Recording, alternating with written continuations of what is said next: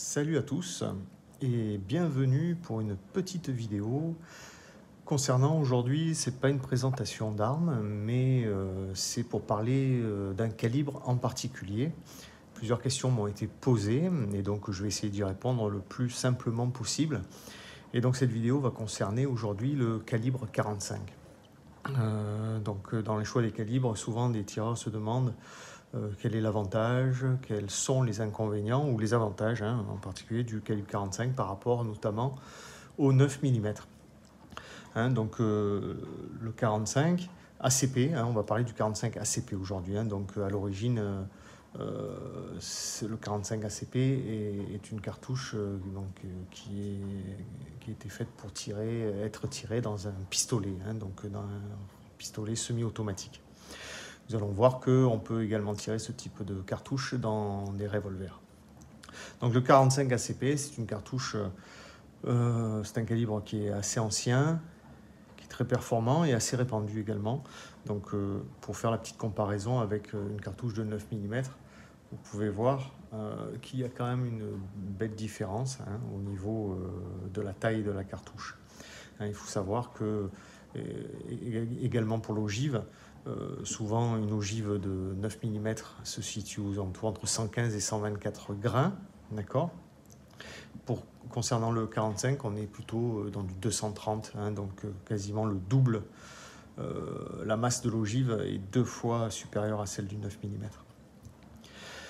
Alors, les avantages de ce calibre, pour ma part, puisque après c'est une histoire de ressenti, c'est avant tout la souplesse. Alors attention, je ne vais pas dire qu'il n'y a aucun recul et qu'on ne sent pas le coup partir, c'est pas vrai du tout, mais c'est surtout au niveau du ressenti. Le 45 est un calibre qui est relativement moins sec et moins violent que le 9 mm. Le 9 mm, pour ceux qui ont déjà utilisé ce calibre, c'est un calibre très sec, qui pète de façon explosive, c'est le cas de le dire.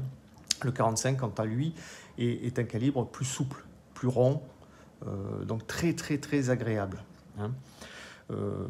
C'est un calibre également, donc là je ne vais pas pouvoir trop pencher sur ce sujet, puisque honnêtement je n'ai pas fait de test. J'utilise fréquemment le 9 mm, également le 45, et je peux dire que au niveau précision, pour moi c'est du kiff-kiff.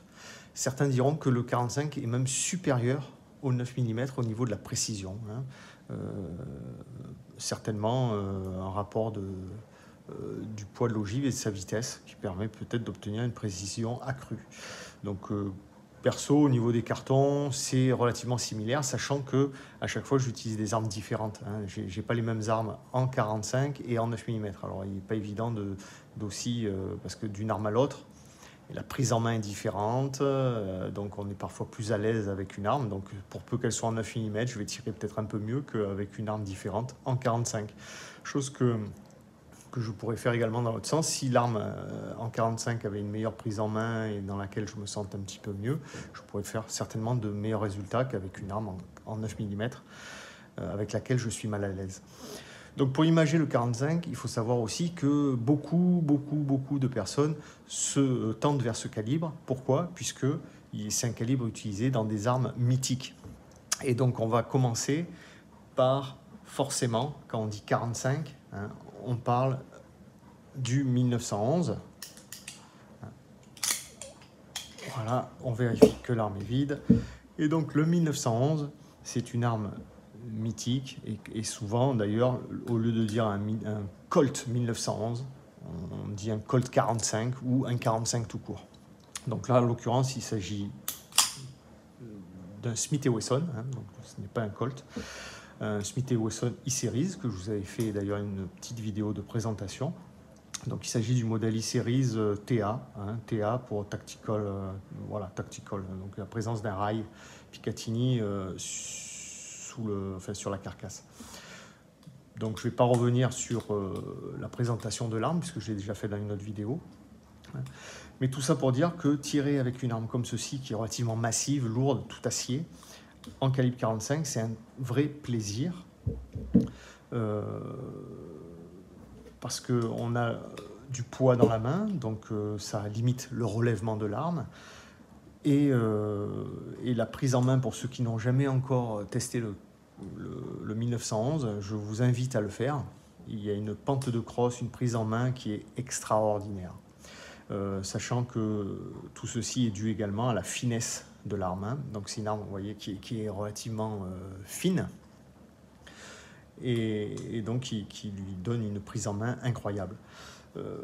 Sachant que le petit bémol du 45, c'est qu'on va utiliser des chargeurs simple colonne, et donc effectivement, ça va limiter le nombre de cartouches. Hein, on n'est pas dans un Glock où on met 17, 18, 19 ou 20 cartouches. Là, vous allez mettre 7 cartouches, 8 cartouches, il y a des chargeurs à 10, 11, mais voilà, ce sera le grand maximum. Le chargeur à 10, 11, effectivement, voilà, il dépassera à peu près comme ceci de l'arme. Hein. Donc, c'est pas une arme avec laquelle on va faire du TSV. Enfin, rien ne vous interdit de le faire, mais faire du TSV avec un 1911, ouais, pourquoi pas. Hein, à choisir, on se tournera volontiers, si on veut rester sur le calibre 45, vers une arme avec des chargeurs double colonne, comme un Glock 21, je crois, je ne suis pas sûr à vérifier, mais le Glock a double colonne, donc on n'a pas que 8 cartouches. Pour en revenir au calibre, c'est vraiment un calibre très plaisant à tirer, sachant que, comme je le disais tout à l'heure, tout va dépendre également de l'arme avec laquelle vous tirez ce calibre. Le 1911 fait partie des pistolets qui sont très agréables de par le poids. Hein, on n'a pas de polymère, donc c'est une arme qui est très lourde, et également de par son départ. Hein, le départ d'un 1911, donc là vous avez la queue de détente, et à l'intérieur en fait il y a un étrier. Hein, donc en fait quel que soit votre positionnement du doigt sur la détente, le travail va se faire dans l'axe, puisque c'est un étrier qui bouge, et c'est direct, il n'y a pas de course. Là, vous voyez, l'arme, on vérifie, elle est bien vide. Hein. L'arme est armée, donc il y a la pédale de sûreté. Là, il n'y a pas de sûreté. Je pose mon doigt, et vous voyez qu'il y a un petit jeu, mais j'arrive, on bloque sur le point dur, et puis il n'y a plus rien d'autre. Après le point dur, il y a le départ du coup. Donc franchement, pour ceux qui n'ont jamais testé, c'est vraiment des armes à faire du point, on se régale, c'est vraiment super. Et puis cette prise en main, fantastique. Donc je vous invite à tester le 1911, et pourquoi pas vous faire plaisir, hein, sachant que, je le redis, c'est pas une arme faite pour faire du TSV, etc. C'est une arme vraiment fun, pour le plaisir. On fait de la cible, on peut faire du plateau, on peut faire un peu ce qu'on veut. On prend beaucoup de plaisir avec cette arme, mais elle ne propose pas de haute capacité. Mais sinon, c'est des armes qui sont souvent de très bonne facture, qui sont fiables, elles ont fait leurs preuves. Et donc là, en l'occurrence, ce modèle Smith & Wesson E-Series est vraiment tout équipé, avec des sécurités ambidextres, qui sont vraiment super, détente, que de détente allégée, marteau allégé, un travail de finition sur l'avant, sur l'arrière, de partout, les écailles de poisson à l'avant, à l'arrière. Vous voyez le rainurage au-dessus de la culasse pour éviter les reflets, le rainurage à l'arrière de la culasse également. Vraiment une très très belle arme. Et donc la particularité de Smith & Wesson sur le 1911, c'est d'avoir un extracteur. C'était le point faible des modèles d'origine. Ils avaient un extracteur à l'intérieur de la culasse. Là, il est extérieur et apparemment plus robuste. Et voilà. Donc, c'en est tout. Hein. C'est pas la présentation. Le but, c'était pas de vous présenter le 1911. Et également pour vous dire que je tire également en 45 ACP en revolver. Donc là, il s'agit d'un Smith & Wesson également, modèle 625. 625 JM, hein, Jerry Mikulek. Voilà. Donc un super revolver, hein, donc avec une carcasse N, hein, donc la plus grosse carcasse, hein, qui se fait chez Smith. Canon de 4 pouces sur celui-ci. Donc vous verrez, comme vous pouvez le voir, vous avez un barillet qui est légèrement plus court que sur par exemple les 357, hein, ce qui fait qu'il y a un jour un petit peu là, et que le canon rattrape forcément le jeu au niveau du barillet. Donc l'avantage, alors vous allez me dire, au début je vous dis que le 45 auto est fait pour être tiré en pistolet, c'est vrai, mais on peut le tirer en revolver. Et donc il y a un barillet qui a été prévu à cet effet, justement, parce que normalement dans un revolver, la cartouche est retenue par le bourrelet, mais là il n'y a pas de bourrelet, c'est une cartouche pour automatique, et donc elle sera maintenue à l'intérieur du barillet par un retrait. Et donc à savoir également qu'on va utiliser, donc là vous allez voir les cartouches, donc là on a du 45 ACP classique, enfin classique, ce sont des cartouches HydraShock celles-ci. Et là j'ai des demises, des fausses cartouches pour l'entraînement, et qui sont toutes reliées par ce qu'on appelle un moon clip. Donc sur celle-ci on voit c'est un moon clip métallique d'origine, avec les cartouches qui sont maintenues très fortement, et il est très difficile de sortir les cartouches et de les enlever. Donc moi j'ai basculé sur des clips polymères, voilà, et donc ils font le même job, sauf qu'on peut on peut enlever à la main, etc. C'est super. Et donc vous voyez que pour recharger, l'avantage, tac, ça tombe tout seul. Voilà.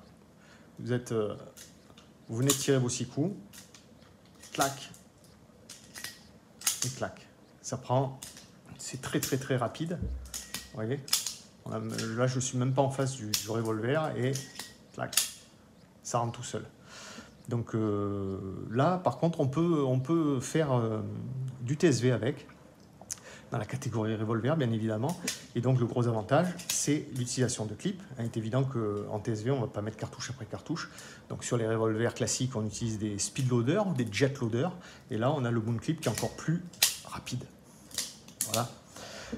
Donc que dire de plus sur le 45 ACP? Et bien, notamment sur l'utilisation en revolver, le gros avantage pour les personnes qui rechargent, ça va être la possibilité de faire des cartouches vraiment d'une souplesse absolue, puisque quand vous utilisez une cartouche dans un pistolet, vous savez qu'il y a une partie, en fait, une partie de la puissance qui va permettre de cycler l'arme, pour que la culasse recule, engage une autre cartouche et pouvoir tirer de nouveau. Sur un revolver, ce n'est pas le cas, puisque c'est le barillet qui tourne, donc il n'y a pas de... On n'a pas besoin, en fait, on ne récupère pas une partie de l'énergie pour faire cycler l'arme. C'est vous qui allez faire le travail avec la détente. Donc ça permet, si vous mettez une cartouche pas assez puissante dans le pistolet, forcément vous allez avoir un incident de tir. Ça c'est évident. Par contre, dans le revolver, il n'y aura aucun incident, et ça va vous permettre de faire des cartouches sur mesure qui vont vous permettre d'avoir de la précision et d'avoir une douceur absolue, sachant que ça, nous sommes encore sur une arme tout acier qui est assez massive, et donc d'avoir une cartouche souple en 45 de plus et, alors là vous allez vous régaler. Donc pour finir sur le 45 ACP et sur ce que je viens de dire à l'instant, donc vous voyez que le gros avantage c'est le confort de ce calibre, et le top c'est pour les personnes qui rechargent. Pourquoi? Parce que, comme je vous dis, vous allez pouvoir, si vous tirez en revolver, faire des cartouches vraiment soft. Sachant par contre que le coût du rechargement n'est pas le même que le 9 mm forcément, puisque rien que les ogives font le double de poids, donc vous allez les payer plus cher, etc. Donc ça revient assez cher, c'est un calibre qui est relativement plus cher que le 9 mm. Si vous comptez tirer 400 cartouches par séance tous les week-ends, ça va vous faire cher. Il vaut mieux recharger. Sinon, si vous tirez de façon raisonnable, il n'est pas forcément nécessaire d'investir dans le rechargement. Par contre, vous n'aurez pas moyen de tirer autre chose que des cartouches manufacturées. Donc vous aurez à chaque fois une sensation, enfin le boom du 45, vous n'arriverez pas à obtenir une cartouche soft, forcément, parce que toutes les manufacturées sont... on va dire dans la fourchette haute au niveau des pressions. Voilà, écoutez, si vous avez des questions concernant le calibre 45, eh ben, n'hésitez pas, vous pouvez me les poser, j'essaierai d'y répondre le plus simplement possible. Et voilà, je vous souhaite à tous un bon week-end malgré le confinement. Moi j'ai hâte également que tout cela s'arrête pour pouvoir retourner en club. Je vous souhaite une bonne journée, un bon week-end, à bientôt, ciao ciao.